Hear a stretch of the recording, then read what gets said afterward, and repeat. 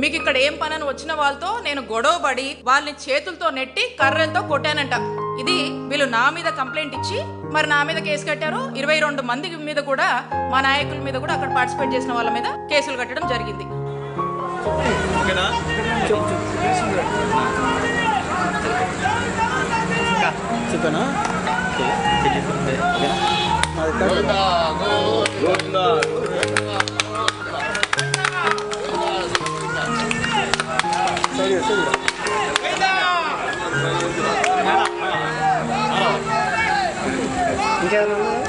ఇక్కడ మీరందరూ కూడా గమనించారు, మేమంతా గోవిందా గోవిందా అని చెప్పేసి చంద్రబాబు నాయుడు గారికి మంచి బుద్ధి ప్రసాదించాలి అని చెప్పి మొక్కుతూ కొబ్బరికాయలు కొడతా ఉంటే అప్పటికే బయట గో బ్యాక్ అని స్లోగన్స్ ఇస్తా ఉన్నారు.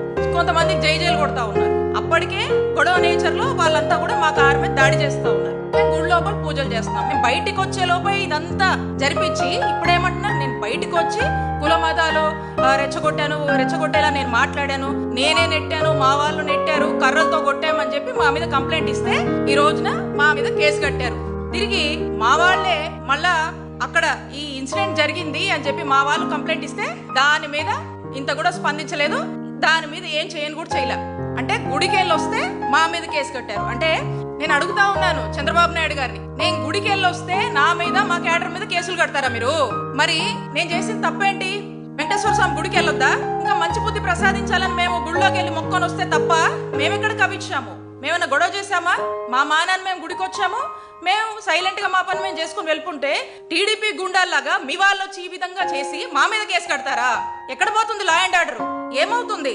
నేను కుల మతాలని రెచ్చగొట్టానా?